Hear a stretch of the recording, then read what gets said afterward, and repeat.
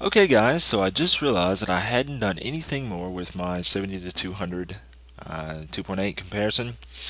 I've decided to do this in a few more stages than I was initially going to do it in. And I actually have a couple other things I'd like to test on these lenses.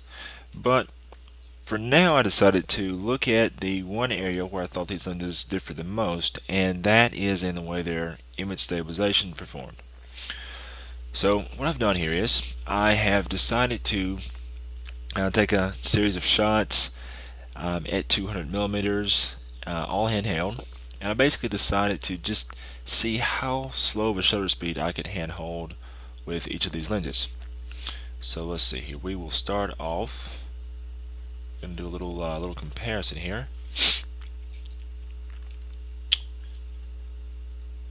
and let's see here.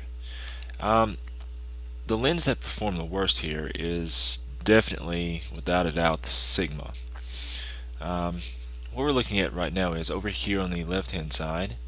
We have these.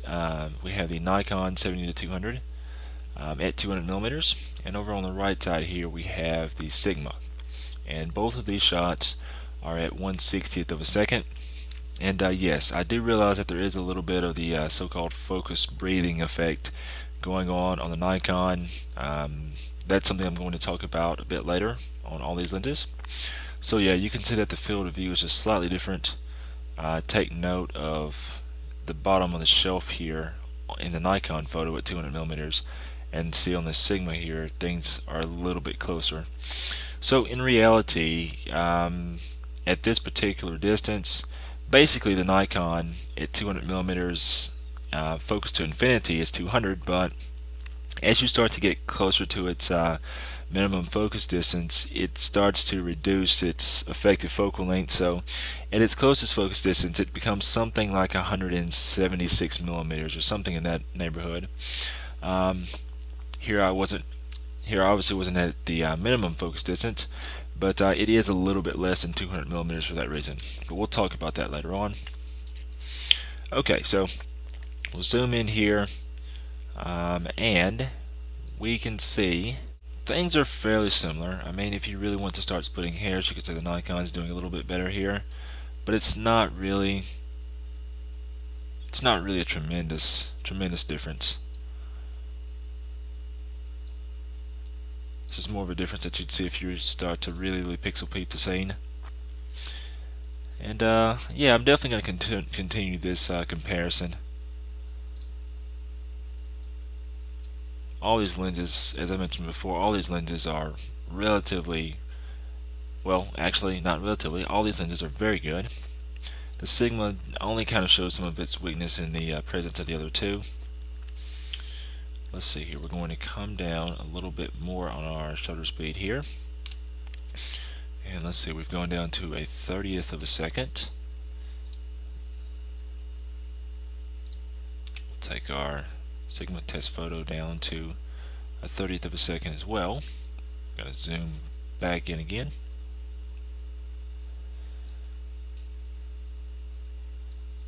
Now we're starting to see a little bit of a difference here, or a more significant difference, I'd say.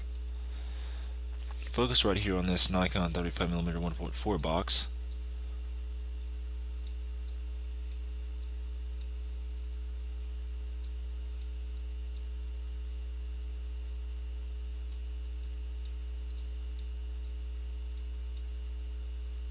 It's very slight.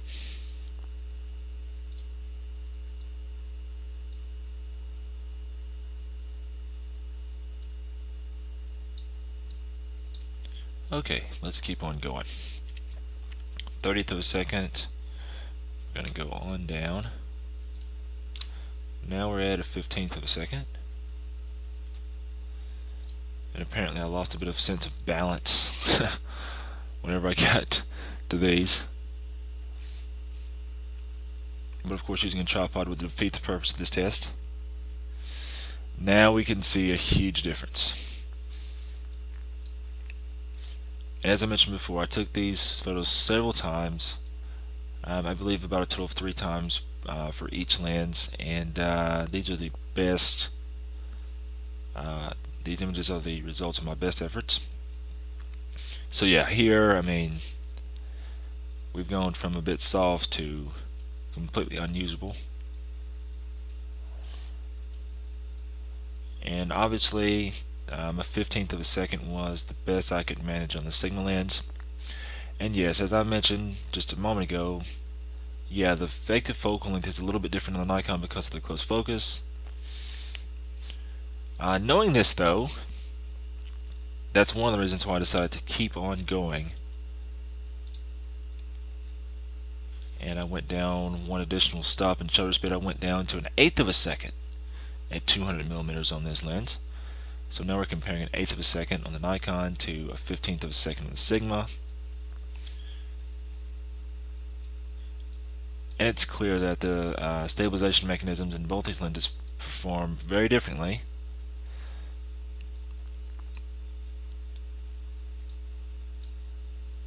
Based on the focus distance of the Nikon lens, we're probably really at an effective 180-ish millimeters, somewhere in that range.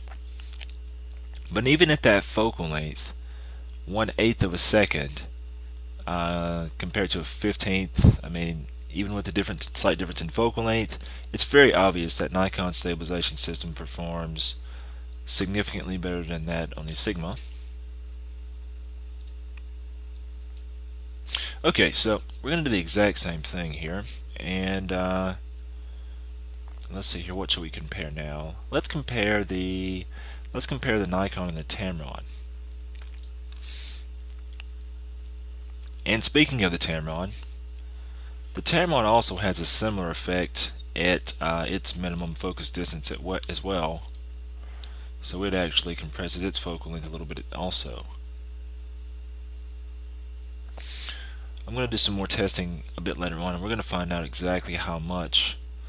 So let's see here. One image 1287. That is going to be our Tamron image, which is going to be here on the right, and the Nikon image is on the left. For some reason, Lightroom likes to flip-flop things around in its comparison view. Okay, so 60th of a second. And so both of these lenses actually look fairly similar.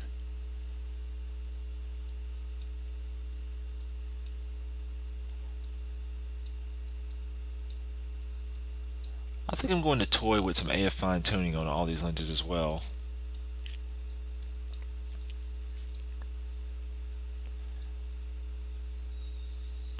The Nikon and the Tamron are so close.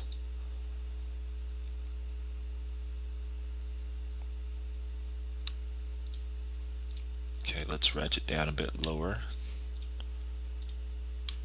Okay, we're already at 30th of a second. I know that from a technical standpoint, I know that Tamron stabilization system in theory works better, since it does stabilize in it doesn't just stabilize in a directly vertical and directly horizontal axis. The Tamron stabilization has the ability to focus, or it's not focus, but to stabilize in diagonals as well. And so in theory, that's going to help out a lot whenever you start talking about, holding a lens and having more erratic movement, because no human being is going to shake in a predictable up and down and left and right pattern.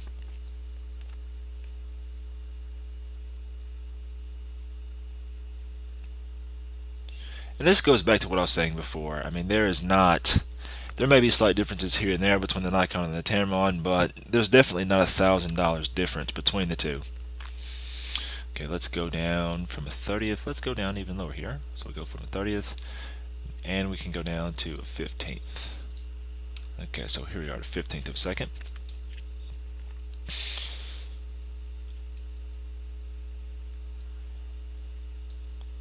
So far, I'm managing to keep everything in order in Lightroom here.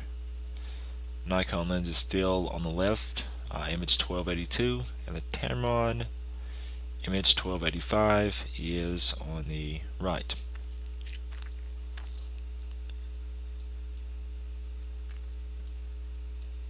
Focused in the same spot.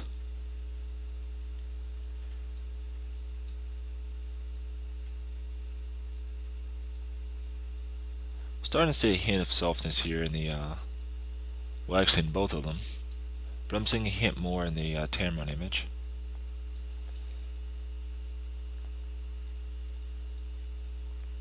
I would not recommend using any of these lenses at a 15th of a second at 200 millimeters handheld.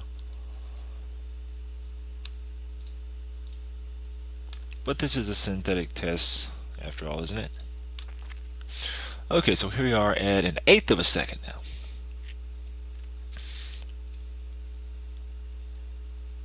And at this point, neither of them is looking particularly good.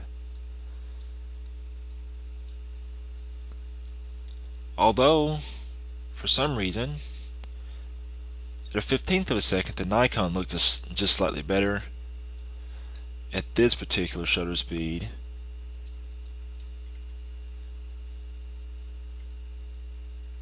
Who am I kidding? They both look pretty bad, actually.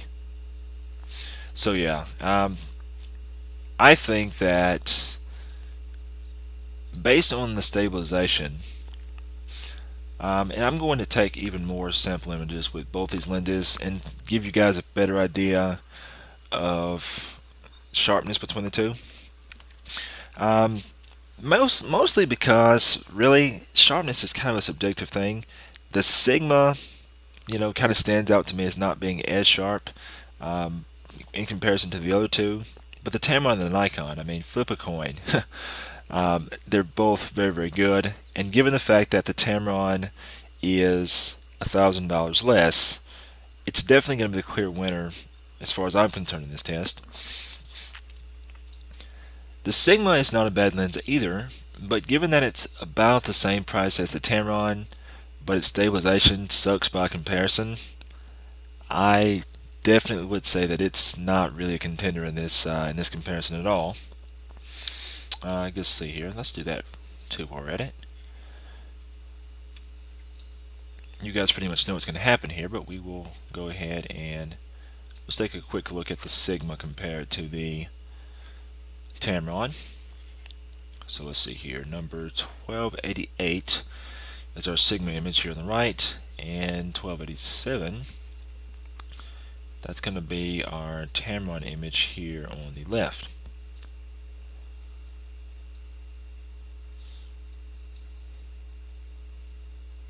The Sigma is still passable at a 60th of a second, but definitely you can see a difference. Although it isn't really huge at this point, it's still more of what you'd see if you're really pixel peeping. But let's see here, once we go down below a 60th of a second, 30th of a second,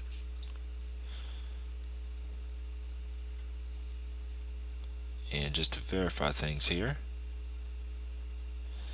1286 is going to be our Tamron image, that's this one, and 1289 is our Sigma image, that's this one over here. So yeah, you can see a pretty big difference there. You can start to see some ghosting in this text up here. Okay, and we're going to go down a little bit lower. And remember, I didn't bother to even venture below a 15th of a second on the Sigma because things just kept getting worse and worse at that point. Okay, so verification here, 1285, that's going to be our Tamron image over there, and then 1290 is our Sigma image here. And you guys saw this one a moment ago, it looked pretty crappy.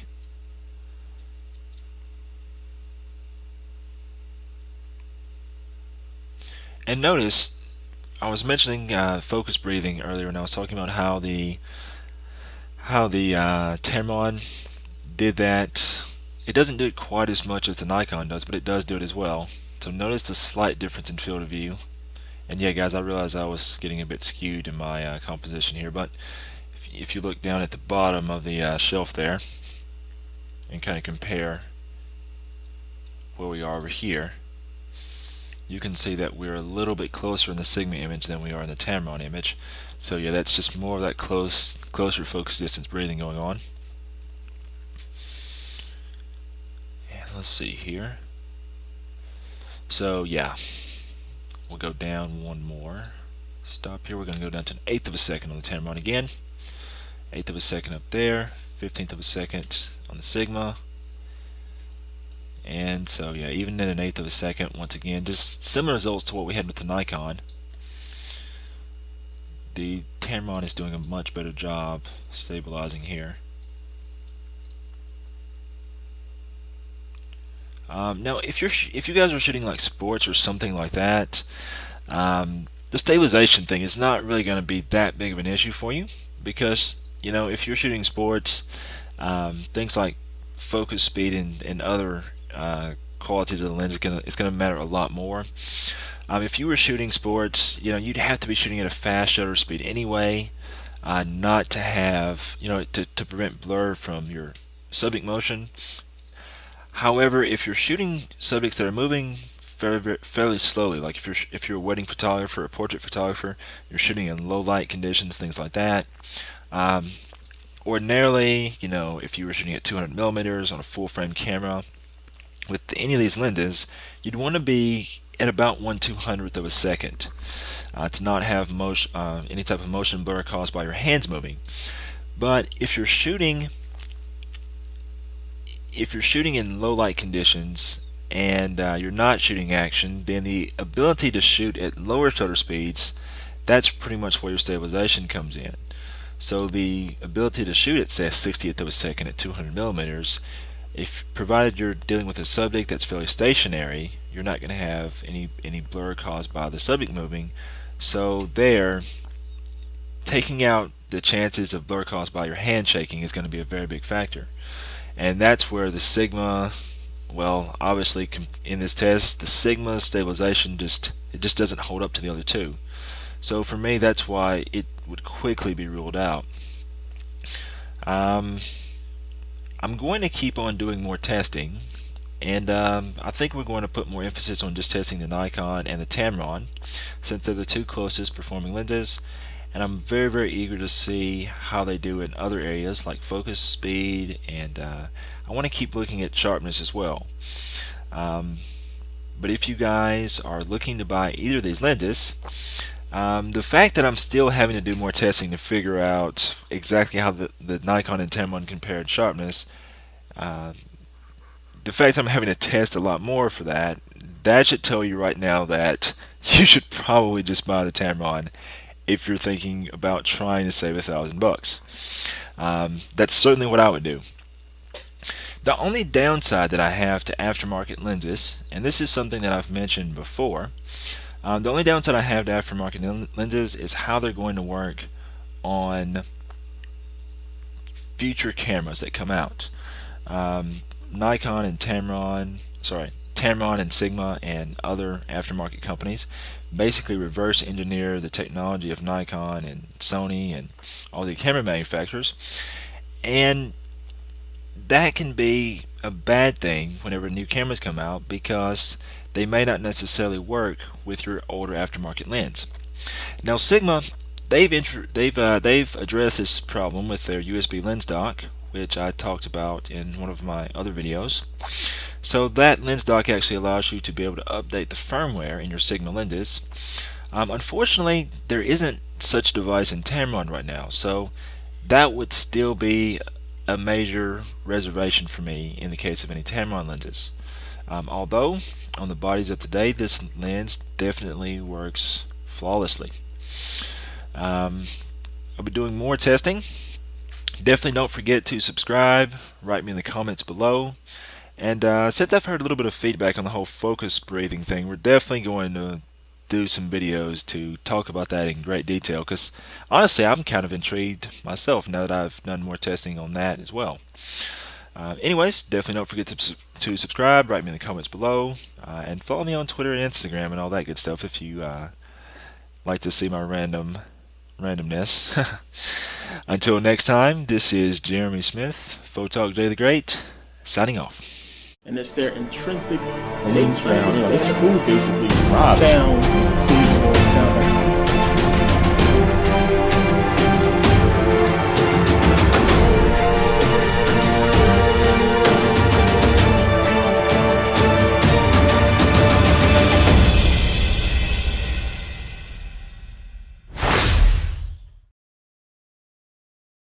discovered called Catalhoyuk in Turkey. Now, what they found in this city was that it was no signs of war. Again, no signs of war. No signs that they had to build any kind of fortress, that they had any kind of walls protecting the city. In fact, the houses that they lived in, as you can see in the depiction, look more like apartments. They lived close together. These people had no kind of social structure. They wasn't ruled by any kings or queens or anything like that. The closest thing to religion or any kind of ruler that we find is this figurine or this statue that they call the Great Mother. This is what they find there. They find this, in a lot of places. But there's no signs that there was any kind of war or anything.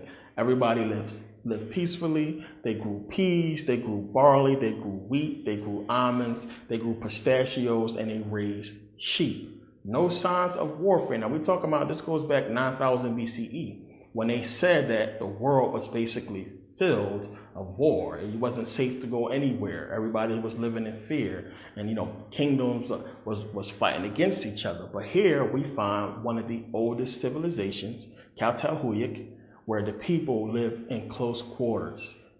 It was, they think it was a matriarchal society, but from the depictions that they find, everybody lived peacefully, everything was fine.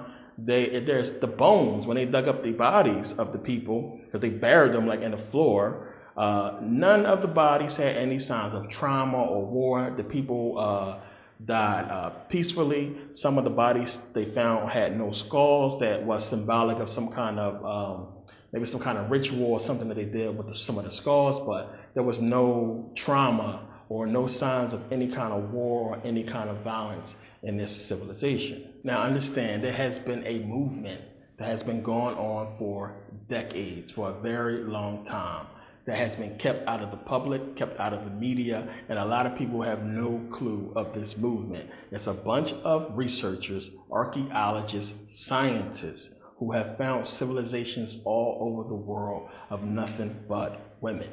They have dug up figurines inside of these caves and inside of places all over the world where you find these figurines. Look at these, of nothing but women, all kinds of shapes and sizes. Women all over the place. When you go back far, when you start digging deep, you find nothing but women. Now, in the civilizations where men started to come on the scene, we find that it was matriarchal civilizations where the woman basically ruled. And the depictions show that the job of the men was they went out, they hunted, they actually watched the kids, everything was cool, but it shows that it was an equality there and that the man respected the woman. Now, we find this again in ancient Egypt. We know that the ancient Egyptians, the men worshiped the women as gods. But now, going back here, they have been founding these civilizations for a long time. A woman named Maria Gambutis, if any of you have seen her videos, she has been talking about this stuff for years. She's an archaeologist, and she has put out many books on all of the matriarchal societies that they are covering up. They called this woman crazy, said that she's some kind of feminists and this and that, but she has the proof. They can say what they want, but not just her, other people have the proof. The archaeologists had the proof that there was nothing but women. I mean, it's so many depictions and figurines that they found throughout the world that show that at some point, long time ago, nothing but women was here. And then it's actually, I wish I had more time to get into this, so I might do a video on it later, but it's actually showing, it's almost a timeline where you can see where it's nothing but women. I mean, you can see the kind of things that they talked about and how they lived. I mean, they drew this stuff, they depicted it. And when you see men start coming in the picture, what their role was, I mean, this stuff is everywhere and nobody is talking about it. The news media won't touch it, of course. Nobody wants to point this stuff out. But it's important and, where we're headed at, because everything is going to tie in together. So now in Maria Gambuta's books, she talks about all of these civilizations that they have found. Remember, she's an archaeologist. She has a team. They went around, they have dug up and found so many matriarchal civilizations and civilizations of just women. So many depictions of just, women interacting with women, lesbians. You get this whole big, anybody who's a lesbian, you get this whole put down of being a lesbian and this and that. That's all that went on in the ancient world. It was no men, so women got together with women, and they have depictions of them. We're talking about ancient depictions of women and women because it was a natural thing. There was no men, so women got down with women. It's ancient, it's old. This is something that was taking place long before modern day society. It is a normal action, as Maria Gambudis points out in her book. Now, the thing is, why this is important, that they found all these matriarchal societies and all these civilizations of nothing but women. This is important because in all of the civilizations of just women, when they started to dig up the graves of the women, they find depictions, or they find that they worship snakes and serpents and birds. Serpents and birds. So here you go, the urea. You have a serpent, you have a bird on a double urea. Same thing, the double urea. You have a serpent, you have a bird. This is what they find in all of the graves of these ancient women. Not in the men's. When you dig up the men, it's nothing. And they find that it is replete throughout the ancient world in these civilizations of just women, that they was in some kind of communication, or that they worship these serpent gods. Researchers believe that these women was worshiping the serpent or the reptilian because of parthenogenesis. Now we know with parthenogenesis that they could reproduce without the aid of a male. And we know reptiles can reproduce without males. Now obviously these women was reproducing without men because there was no men around. So as I keep saying, you cannot get a man without a woman, period. Everybody begins life as a female. Now, men are basically a mutation of a female. That's all we are. What happens between the 6th to 8th week of pregnancy, you have the secretion of testosterone. It is this secretion of testosterone that causes the female to change into a male. So what happens is the ovaries drop and become testicles. The clitoris elongates and becomes a penis. It is the female skin gland that actually produces exactly the same as the male fertile seed. The skin gland is the source of female ejaculation. So females already have eggs, just like reptilians or birds lay eggs. Females already have eggs. Now we have been told that she cannot reproduce without the aid of a male fertile seed, but she already has the seed. So everything a man is and will ever be comes from a woman. So what makes you think anything that a man can give a woman, she doesn't already have? Now, we don't know exactly what happened for women to start secreting testosterone and start producing men. Some people say it has something to do with the moon or something to do with nature, but we really don't know what really took place for women to start producing men. And a lot of people think it was a need for something, that nature required her to produce something more masculine to either fight or to hunt or what have you. But we don't know it. But you can understand now why they will want to hide the history of females, that they are the first here, because everybody believed, and we know the ancient Egyptians talked about this, that the female could decide whether she would have a male or a female. The Egyptians talked about if a woman was on the spiritual level, she could produce without a male, but they could also decide if it's going to be male or female. So if the woman ever woke up and realized what she can do and who she is, she could basically birth the man out of existence. Birth the man out of existence. So this is obviously a problem. If you're trying to take over the leadership role, or take away the role of women being, the leader, then this is something you would not ever want her to know. As I've said before, 666, the man is evil. Man, not just woman and man, men. we see when men start coming onto the scene that things start to go downhill. Testosterone, the same thing that was secreted to create us, is the reason why we are so violent. Everybody always say too much testosterone in the room. That's a fact. Now, the Greek meaning or the Greek word for female birth is gen. Now, you'll find in the English language that every word that has gen in it, that begins with gen or has gen in it, usually means birth or male or woman or beginning or energy or something like that. It always has something to do with production or male or female or birth. So when you look at words like or beginning, so when you look at words like gender or genesis or parthenogenesis, generation, genetics, Gentiles, genitalia, gene, genealogy, genome, genocide, which is the killing of men and women. When you start looking at all these gen words, you'll find that it has something to do with the female. It all goes back to her because the female is the creator of all. She created man, she created woman, and that's what they do not want you to understand. So again, we know that this has all been covered up. And if it ever comes out and the women ever realize what they can do, as I said, they could birth man out of existence. Now, this makes you look more closely at the Egyptian culture because they worship the women as gods. They're the only culture that we can find where, well, except for when you go back a little bit further, but we can see how, the women played major roles in Egyptian society. So now understand, what does this all lead us? It leads us all back to the Egyptian culture, the ancient Egyptian culture.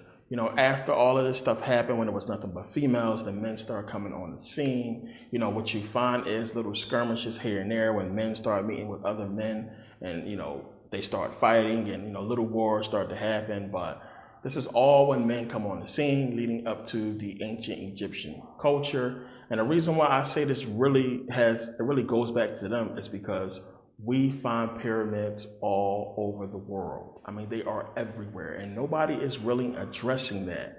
I mean, it's pyramids everywhere. We know in Japan has that underwater pyramid. They got all these structures, Egyptian structures underwater. China, they have mummies in China. I mean, the whole culture of Egypt is right there in China. They have pyramids, mummies, everything. Remember in Japan as well, they had mummies, but Japan was also about to build a big giant pyramid structure called Shimishu, I believe it was, which means a city in a pyramid. And they're about to build this large pyramid over the water with a bunch of cities in it. So pyramids is very important, even still to this day, is on our money. We know the so-called Illuminati or what have you use it in their logo, or everybody throws up the diamond. I mean, everything has to do with pyramids all over the place. The all-seeing eye in a pyramid, everything.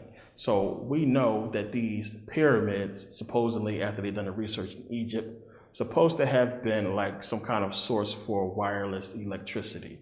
And we can assume that the other pyramids around the world that they found could do the same thing.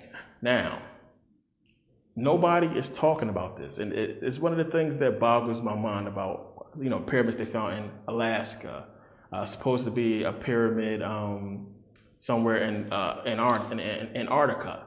Supposed to be pyramids on the moon and on Mars. I mean, this pyramid thing is something that a lot of people just, you have to pay attention to that because it's the key. Remember, China won't even let nobody in to see their pyramids. And a little bit they do let people see is, they handpick those people, but they don't let people go in too far. So we don't know what's there. We don't really know what's in Japan. It's the secret, the key I'm convinced of has to do with these damn pyramids. Seriously. The ancient Egyptian culture is where this whole thing where we really can get the information from. And as we go along, I know I keep saying as we go along, but it's a lot more that I wish I could fit all in this video, but I can't, which is why I got to do a part 3. But it's important, these pyramids, and I honestly think you can see that now today more than ever. Now, as I keep showing you how the Greeks basically steal Egyptian mythology and steal the culture to, show who they really are, or to, switch it around to create something from it.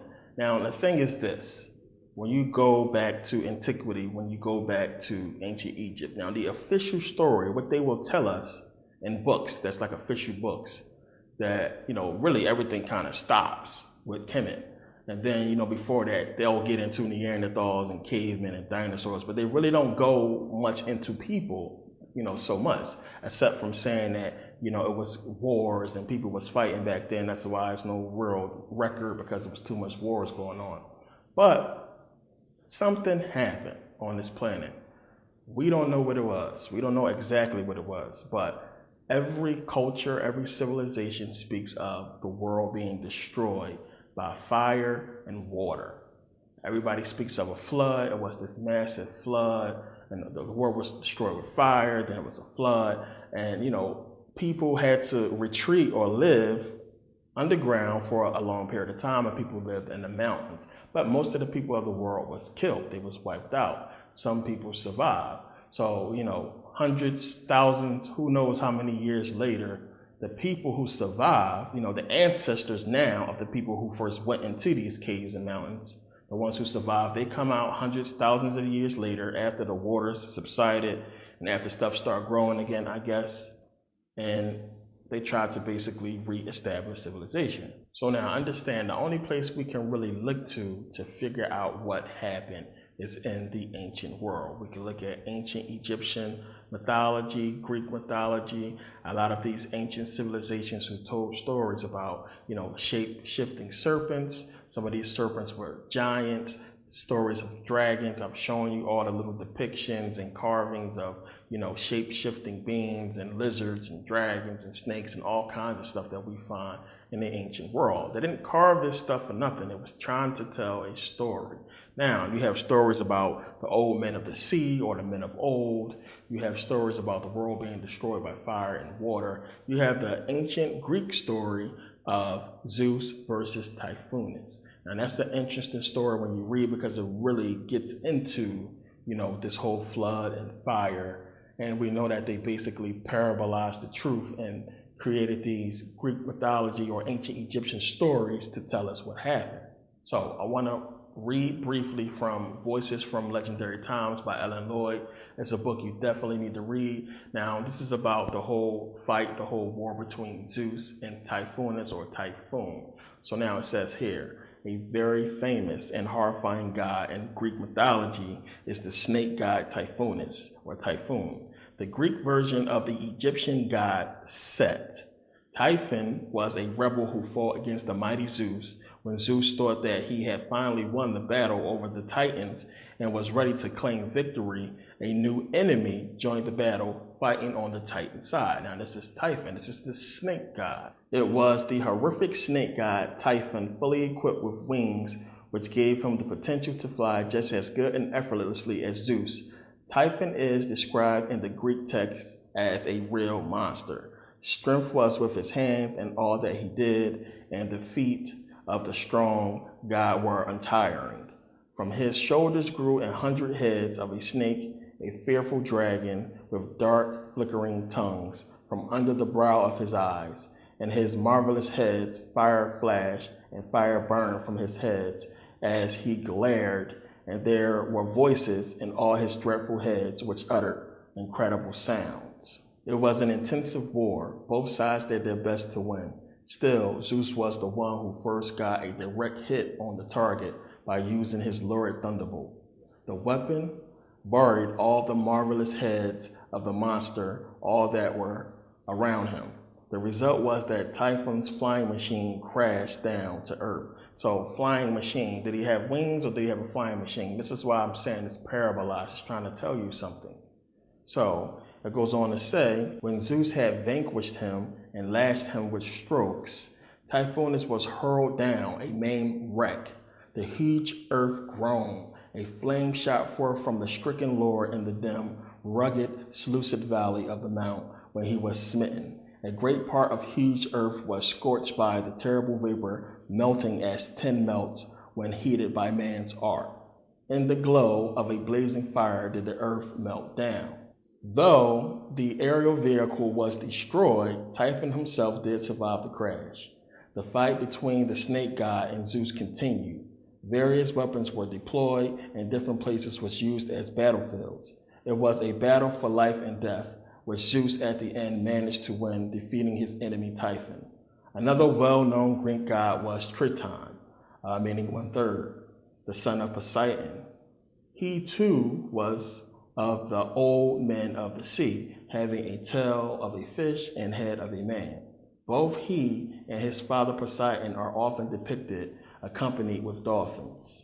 In the Gigantomachy, the great battle between Zeus and Typhon, one sees him at battle beside his father Poseidon, and the terrible sound of his conch shell make the gods' adversaries flee. It is he who made the flood waters reside, while Zeus, appeased, yielded the earth to the human race. It seems that Poseidon delegated to him a part of his powers. He could, to his liking, with the call of his conch, raise up or calm the waves of the sea. He shook the rock with his trident and made islands spring up from the ocean's depth like other marine gods, notably Nereus and Proteus. He possessed the gift of prophecy.